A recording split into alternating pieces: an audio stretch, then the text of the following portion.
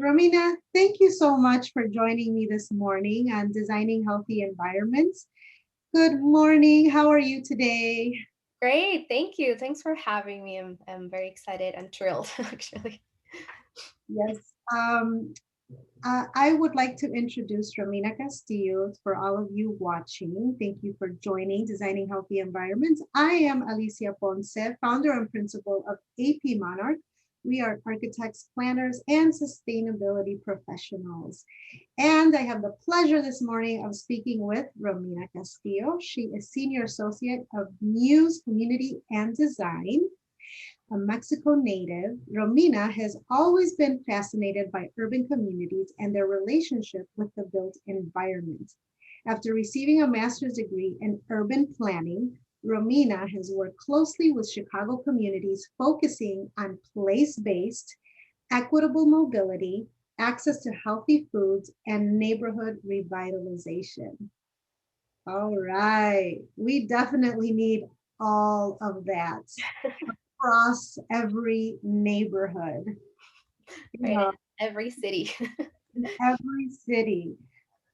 We want it to be healthy. The topic is designing healthy environments, and it's not just about the architecture. It's about who's living in and around the architecture.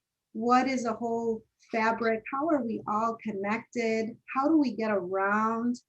Is it walkable? Is it healthy for our, physical self and our mental health nowadays, right? Yeah. Tell me about your experience as an urban planner. Right. Yes. So once again, thank you again, Alicia, for having me here. I'm very excited. Thank you for reaching out. It's always great, a great opportunity to have conversations with such amazing Latinas in this space, and so I appreciate it. Appreciate the time. Yeah. So I think as you mentioned, coming from a huge city, Mexico City. I don't know if you have ever been there. It Yes, is I huge. love it. I don't remember the last count, but I think considering the metropolitan area, we are up to like 21 million people. So that is an incredible city. And I think my experience being born there and being raised in there, I moved to the States when I was 13. It really shaped my kind of like my first perception of the built environment and just what it means to be amongst so many people and so many different things happening at the same time. And then coming and then moving to a much smaller city, a suburb in the Chicagoland area, and Elgin was just a complete like opposite of what Oh, wow, this yeah. area was. So just imagine, we arrived and we go to a hotel and we were told we are in the city of Elgin, and I'm this in this hotel in the middle of like 90, right? Illinois 90. And I'm like, where is the city? Like you told me we were moving to a city. Where is the city? So I just did not have a concept of what suburbs were at all, right? Um, so that was my first kind of how my vision and my those ideas of like what our built environment are and how we moved in there and how we occupy those different spaces it started to shaping. And I think what brought me to urban planning was more of the question. So I started with my bachelor's in architecture actually at Oh, UIC. I didn't know that. Yeah, Okay. so I started my career in architecture, so that was great. That was also a great way to again start thinking of spaces and how we create those spaces for people. But I during my time in undergrad, I started having a little more questions about the context itself. So yes, I understand. We're trying to create spaces and these buildings and how and trying to create a better relationship with people and those buildings. But I just had a lot of questions more about the context, like what happens around those buildings, like how people move around them. So that's what got me to urban planning. So that was a long way to get to answer your question. That was how we got to urban Yeah, planning. it's nice to hear like what is that experience, right? Right. That inspired you to pursue this career. I mean, you're now impacting the environment that we as people experience every day. And so it, I just love design because we look at experiences, Mm-hmm. all ages, of all genders, of backgrounds and mobilities and abilities, right?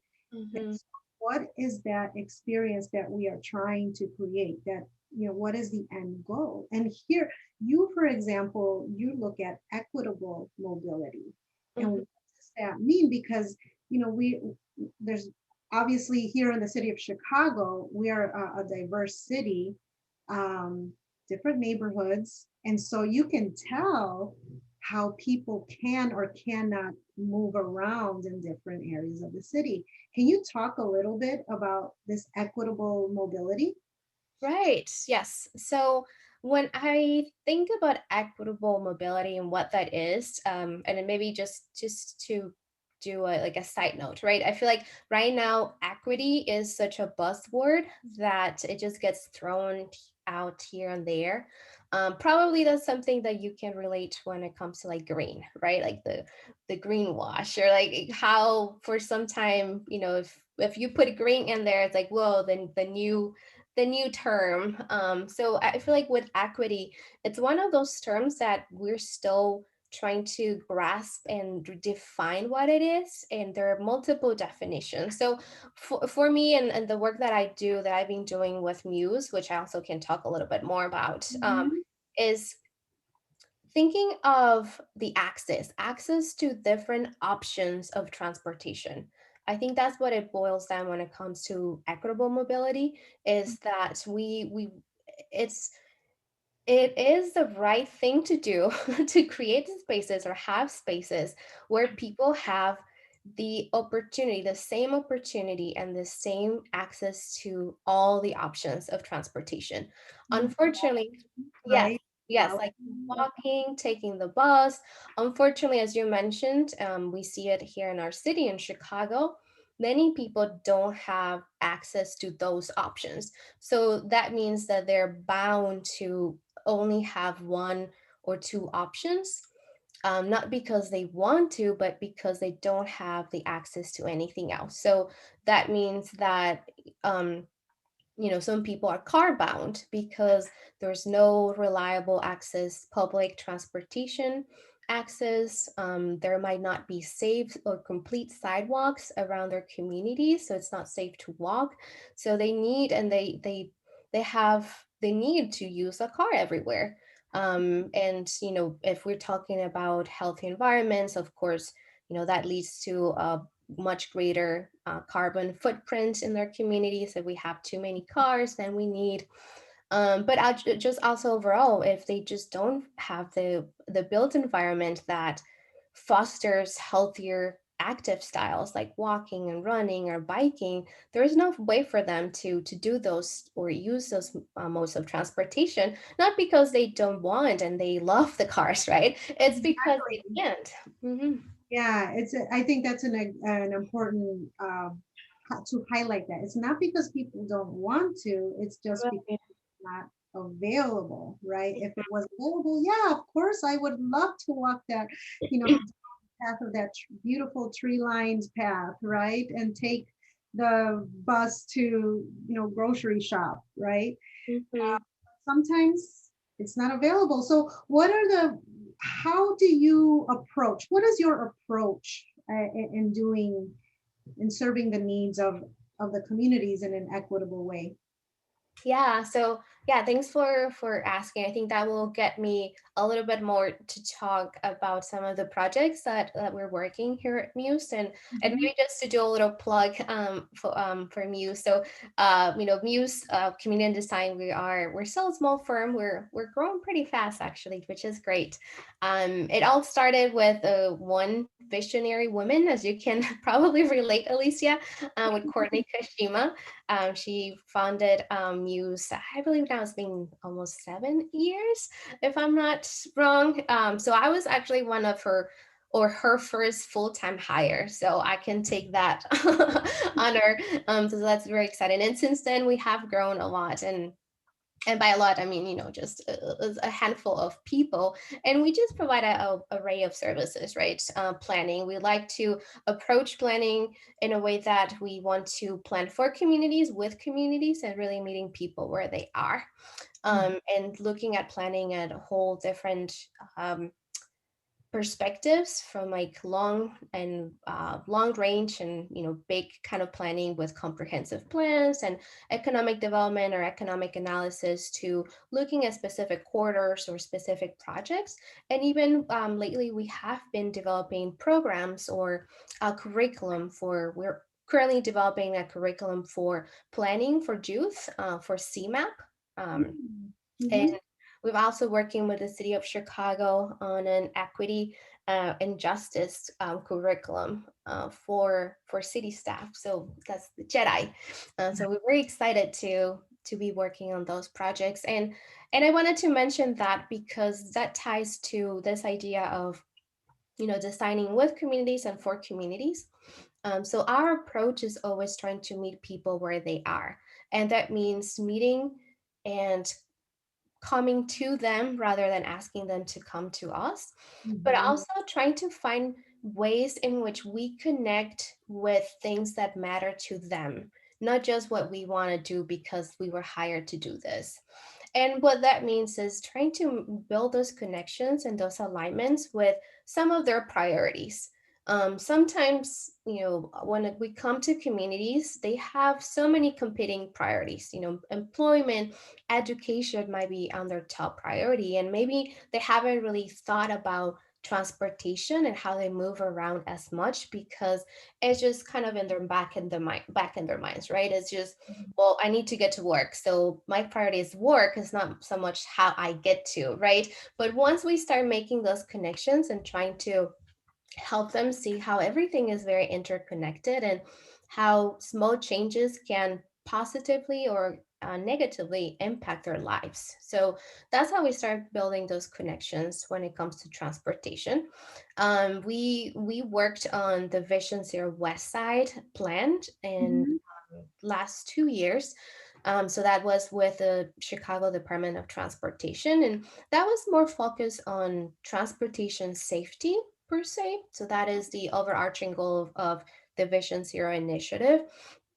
But of course, it has to do a lot with um, equitable mobility and the perception of safety, and the built environment. So that's one way in which, in one project in which we have trying to interject our Muse method of really working and meeting people and working with the community. And I guess the other project that we're also working very closely with transportation is with Lyft and the DV expansion. So that Oh, has wow. to do a Okay. lot with cycling, of course. And I, again, just to reiterate that sometimes people don't think of using other modes of transportation because they haven't been those modes haven't been accessible to them historically, right? So coming into a community where maybe biking is it's seen more as a recreational activity rather than a way to get to places. It's we need to start thinking not only of how we talk about the actual systems themselves, but Mhm. also on how we talk about a change and shift of culture and just a way of thinking. So those are two different ways in which we yes, we are hired and we're brought in on board to help the city or help our clients advance a system or advance a project. But along the way, those are great opportunities to have more honest conversations with people and help them really Yep. think of Right. how we can change the culture of That transportation. happens by building trust, right? Where, Yes, yes. and also that's where we start as well, is that we need to have trust and transparency. And we'll go into talking about your coalition building, right? Because it can be a little bit complicated. But I wanted to just touch on the equity, right? You said it was like a buzzword, and yeah, in many senses it is a buzzword. on what opportunities exist, the quality of opportunities that exist. Mhm. And what I like to say at AP Monarch is that we design spaces that look good, feel good, and perform great, right? And so that I think anybody can relate to that. You know what looks good to you. You know what feels good, right? And you know if it's working or not, Right. right? So like intuitively, I think as designers, we like to, have these intuitive signs for people to say, oh, I can turn left here. I can turn right here. There is, I can walk down this path and find a park or whatever that is. There are nodes that we do. And I think I love the way that that's how we connect architecture and urban planning, right? There's a language there.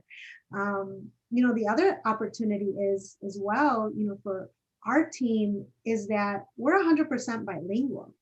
Mhm. So we all speak English and Spanish, and we design, I guess. And, we found that that is also a great way to build trust, obviously, right?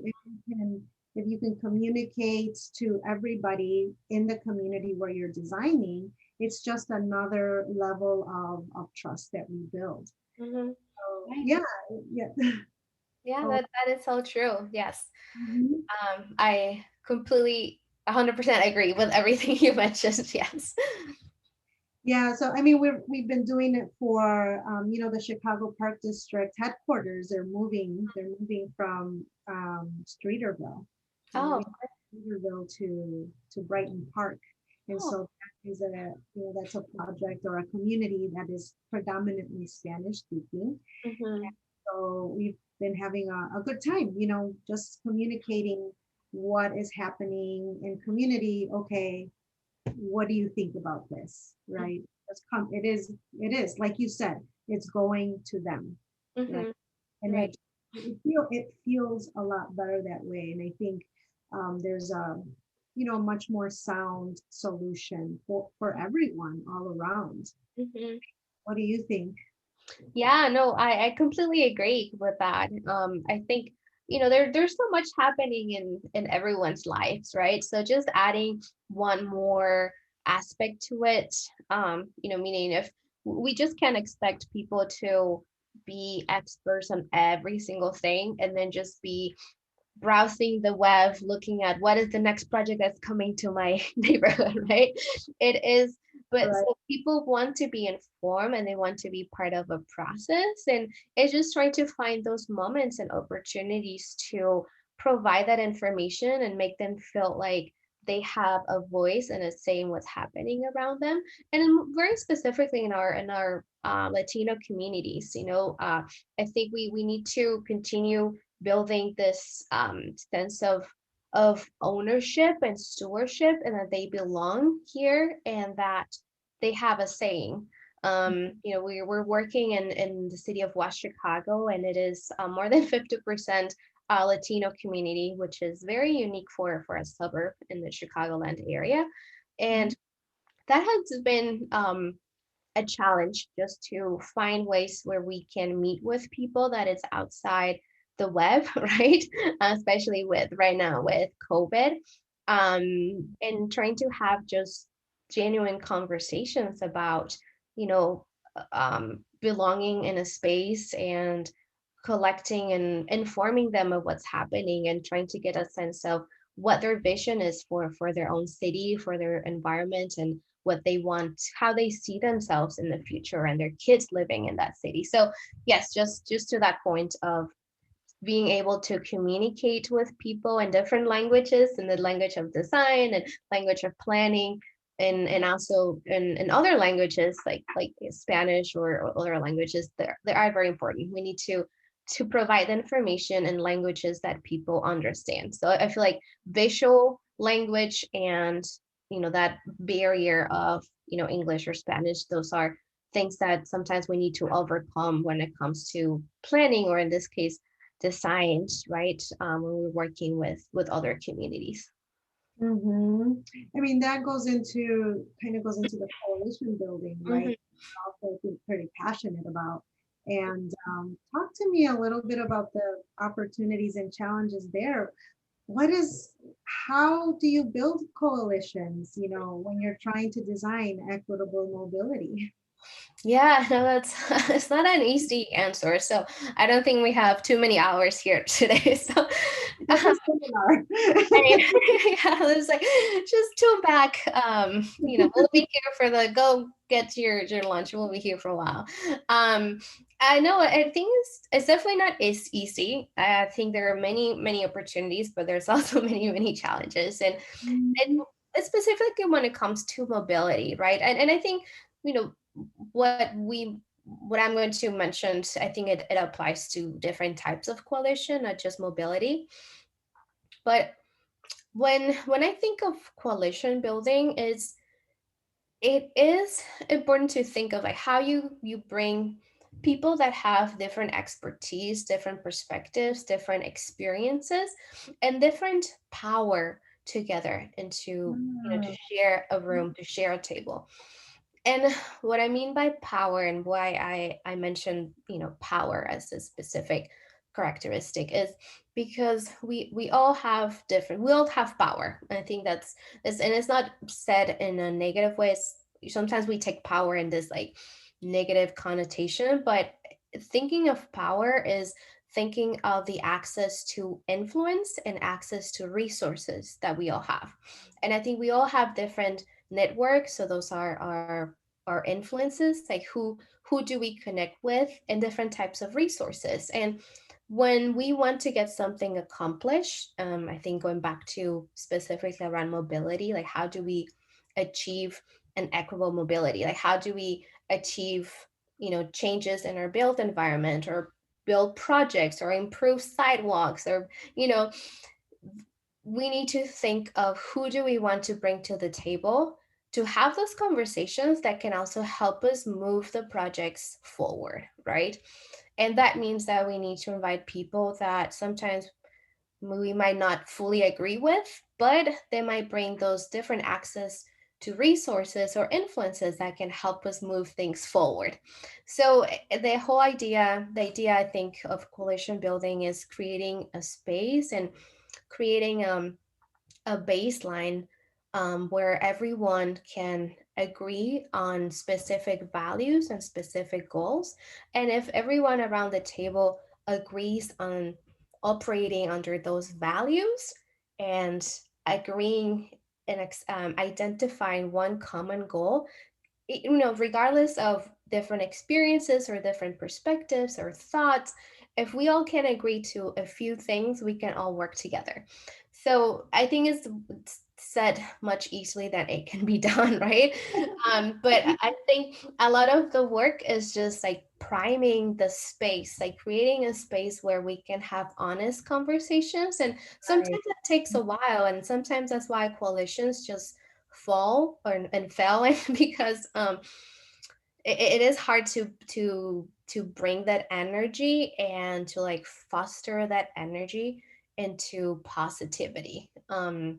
So I think that I'm like talking about like very like high level things, but I will say, like what it looks like in real life. We can look at the mobility, equity, mobility, um, transportation equity network. It's called 10. That's in Chicago. So that's a new coalition that just got built or came together in the last year or so.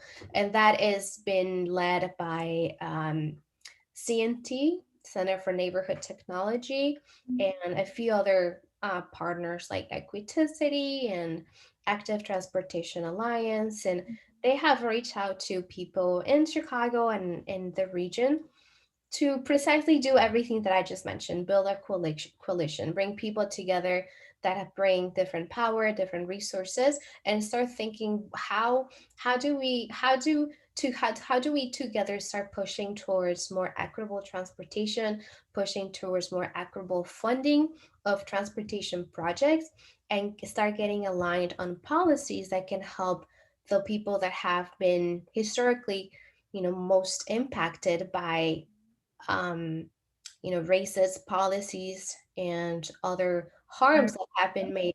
Right. Yeah, Mhm. right. I mean, but that's what, it when we speak about it, we do chuckle, right? Because you say it is a little bit complicated, but that's what we're trained for. That's what we do, and we have done this a number of times, right? And with number of clients in different communities, and so we see the different dynamics and understand why things don't work and why some projects are successes over others, right? And so that's, to me, that is the fun part. And yes, we're talking about it in a big grand scale, talking about transportation for a city. But you could even, like, you at home watching, right? If you're a family of maybe just two or four or six, and if you start talking about, I'm going to change this room into my library now. Oh, let's wait a minute. Somebody will protest, Mhm. right? And Right.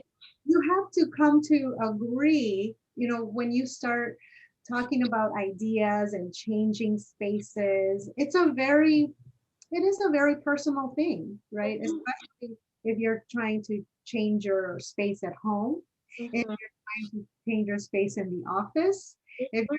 you change the corner of where you live, right? And so you have to come together. And like you said, I like the way you said it, the different powers, right?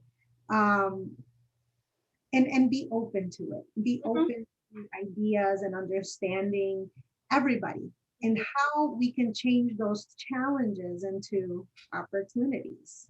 Yeah, no, I agree, and I love how you use that metaphor of like the home. And that's totally that's a great way to think about it, because for our home sometimes we have certain rules, right? Maybe we're at home where there's no shoes at home, so when someone visits your home, it's like, okay, like we love to have you, but hey, like we're a shoe free household, or we're a smoke free household, or gluten free household. I don't know, like you have your certain rules. Mobile free, no mobiles. Yes, no mobile. So it's like when you go to this new home, you know what to expect because there's some rules. Like this is how we engage together. So I think when thinking of coalition building is Mhm. outlining what are the rules of engagement. How are we going to work together? And these are the rules. But I think I also very like a lot, how you connect to this idea of if we want to change a room, we need to bring the family, right, like the coalition together and decide what's going to happen. And I think that that's great. And I think sometimes we don't think in the same way when there's things happening outside of our homes. Like we feel like, oh, our home, like we're very protected of our home spaces. But I something that I always want to encourage, our community residents is like think of almost of the same way in other outdoor spaces. Like have that ownership, right? Because we all use the sidewalk or the lack of sidewalk to get to places. These are our own spaces, and we should be stewards of what's happening around us and have a little more ownership of you know understanding that you can decide, you have the power to do it. It's just matter of trying to find a space where all those powers are allowed to talk together and come together as a team, as a unit, and make those decisions together. Yeah, and a key thing is that our approach too is to bring together everyone by agreeing on guiding principles, Hmm. right? Yeah. Setting the tone. Okay, here we are, and what do we agree on moving forward for Hmm. success, right? Yes. So and then we keep each other Hmm. accountable on, and Yeah. and to me it just comes full circle and Hmm. keeps it healthy up here, Hmm. and it keeps it healthy, a well thought out design that everybody has a part of, right? Hmm. Everybody's been a part of. Yeah, I'm so glad you brought accountability to this conversation because I feel like I've been thinking a lot about what accountability means for different coalitions, for different spaces, and I feel like that's something that for many of our projects and also for for many different spaces, it is sometimes a little tricky to define, right? Like who is accountable for what and how we keep each other accountable. I think that becomes a little more challenging when you think of the larger scale as like a city. I think Mhm. using that word, like again, just to keep using this home, right? If we're changing a room, we're keeping each other accountable in our home of like, okay, who's cleaning, who's painting, who's, doing this or that, or moving the furniture and just like keep tags on each other. So if we use that same concept, let's say for a city, so how do we keep the city accountable? But how are we also accountable for some things that happen in our neighborhood, right? Just to have that a two-way street ownership on our space Yeah. and on changes. Yeah, for me, it's long-term accountability on the impacts of what will happen. Because I mean, we can find lots of examples where you build it, go away, and Right. let them handle it, whatever the impacts may be, right? And you know, so accountability is key in understanding what the long-term impacts are. Mhm. Um, if you look at the environmental impacts too, because you could have this beautiful and exciting solution because it's new, because it's, different. But then let's tie it into the long-term health impacts, right? Mhm. And again, your physical and your mental and the environmental. Mhm. Mhm. Yeah, no, it's totally true. So I agree. Yeah, so what are the things that inspire you? Like, is there a project that you worked on or something that you like to refer back to, maybe a couple Mhm. of Um, and is your question very specific about projects or ideas? I don't know. you could do a project and you can do an idea that you Mhm. could share with us. Sure. So there's I feel like there's a few things of like what inspires me maybe. So something that inspires me, I guess going back to equitable mobility, was my participation and my attendance to the untokening conference or summit. I believe Mhm. now it's been like 2 3 years ago now in LA. Mhm. And this is, again, kind of like a coalition of people who came together and trying to define what equitable mobility is and defining mobility principles or equitable mobility principles.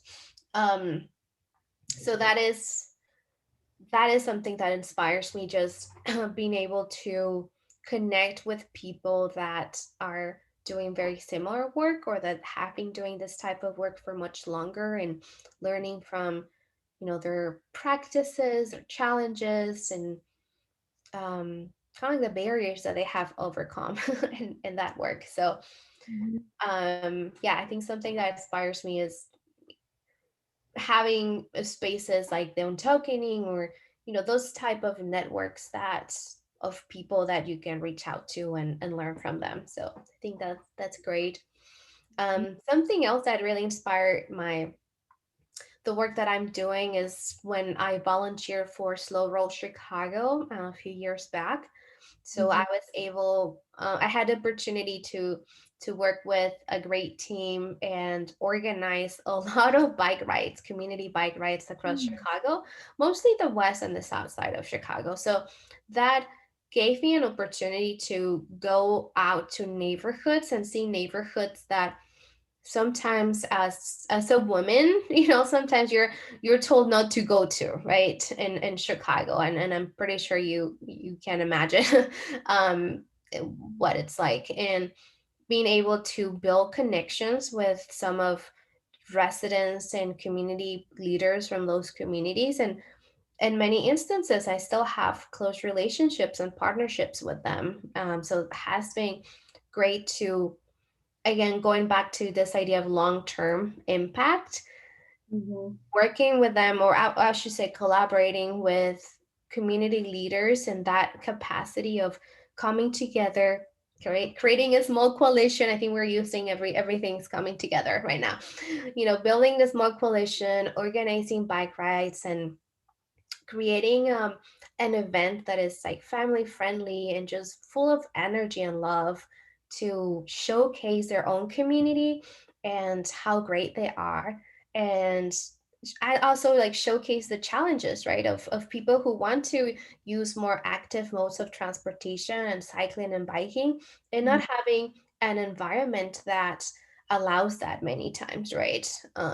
So it was a great opportunity, and I feel very lucky that I still, again, have close partnerships and relationships with many of those individuals, and I'm still learning from them, and they're still advocating for mobility justice in their own communities, and it has been such an honor to be able to continue supporting them in different capacities, and just like working together, continue working together. So that's something that always inspires me, and makes me feel very lucky to be doing the work that I'm doing, and Mm-hmm. sharing those opportunities with people like them. Oh, I love that. See, that's what I'm talking about. It's just creating those connections, those personal connections, and then those begin to expand, Mhm. right? And then Yeah. you pass down those connections, right? It's that's really. I'm glad you shared that. And I wish that there was, try to make it contagious throughout the city, right? Yeah. Yeah, yes, we do need long-term relationships, because when it comes, especially like I guess in any project, probably you can relate with like architecture, or the environment. Those are long-term projects sometimes. It's not an easy build. And then transportation, it takes time to secure the funding, to build things, to change things. Those are large projects. So again, working with those partners and seeing their success stories, and also, sometimes not so successful stories, but just continue on the fight, the works, and yeah, finding new ways to improve their quality of life, for themselves and for their communities. Yeah, I mean, we want to think about the long-term Mm. impact, Right. creating those connections. That's why I started these talks, is to, I said, oh my gosh, we have to stay at home, and what's going to happen? And like, used to meet in person, and now we can't, we're being told stay at home, don't go out. Mm-hmm. How do I maintain connections? How do I still create relationships? And Yeah. designing healthy environments was born. It's just like I reached out. We have technology, so Yeah, now we're using Zoom all the time, and I feel like that's gonna keep going. I don't know if Zoom is gonna go anytime. I think it now it makes it a little easier to build some connections. So I think, thanks to the internet, we're talking today, Alicia. So yeah, that's we great. not not personally. Yeah, yeah. We only know each other virtually, so Right. That's right. loud somewhere. Yeah. But I hope that we can see each other in person and do a little less, virtual and Hmm. screen time, because it does impact it has impacted my eyes, my Oh health. yeah. This is why I'm like having my little these are not going anywhere, my classes. They really help me. Yeah, so yeah, let's do it. We should definitely get together. I think I'm feeling more positive, and I hope that this brand pause we had for roughly 8 months, that Mhm, we as designers and as people have really taken a hard, serious look at mhm, how we can, you know, continue to design healthy environments, mhm. because I hope that we have seen the impacts of, since we've been sheltered in place. Um, right? We started to notice nature. We started to notice our own homes and improve our homes or the places where we live. And we left the places where we worked, and the focus, we were laser focused on just, I think, the environment, Mm-hmm. whether we liked it or not. We didn't drive, right? And the air got a little bit cleaner. Yeah. Water got a little bit cleaner around the globe. Mm-hmm. Yeah, that's right. Yeah, and I think, just for many people, that was their first opportunity to like walk on places that they didn't usually walked, right? I think in Chicago with Mhm. a thing they're called open streets, they actually close down streets for traffic and they open it up for people. And with less traffic, also people wanted to, and also just being at home, sometimes going around the block, that was the only activity you did. So I think that got people thinking a little bit more of, their streets and connections. Like, how do I get to the park? Why is this sidewalk not finished and this one is? So I think that has been an opportunity to turn our eyes back to our streets and start thinking, how our streets can make us healthier too, right? If they're designed in a way that facilitates those connections to maybe greener spaces, like how they connect to parks or don't connect to parks, and how can we actually use our streets in a better way just to keep ourselves healthier. And as you mentioned, and I think for me, my mental health, just being able to get outside and go for a bike ride or for a run was super helpful and has been always super helpful for me. And thinking of communities where they just don't feel comfortable going for a run. I'm Right. lucky enough that I live in a neighborhood spaces where I can go for a run and go for a bike ride and feel safe. And some some residents don't have that luxury. That is actually a luxury, and shouldn't be a luxury for Yeah, people. right. Yeah, and I think that even though it is challenging for many of us and on different levels, this shelter in place, we all had a different experience, but it presented us with a major, major opportunity to do great things. And I hope that everybody doing design out there takes this opportunity seriously and to design equitable, healthy, and equitable communities. Mhm. Because we can. Why can't we? Yeah, exactly. Yeah. It's like, why didn't we do this before? Like, what's happening?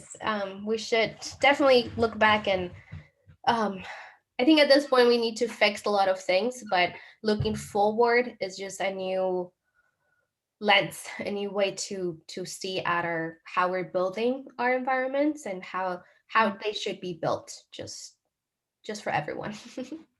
For everyone. Yes. Well, thank you so much, Romina. This was a lot of fun. I can't wait to continue to see what you guys are doing and, impacting our environments. Yeah, thank you so much again for the opportunity. I follow also your work, and it's always great. Again, I admire visionary women who start their own, businesses, careers, and build a name for themselves. So kudos to you, Alicia, and for Um, everything that you're doing. families. And have families, and then just do everything. He Do has everything. young kids too. It's been a ride. Well, I can only imagine. Right. So I hope to see you soon. And thank you again. Thank you for joining Designing Healthy Environments. We'll see you next time. Have a healthy week, everyone. Bye bye.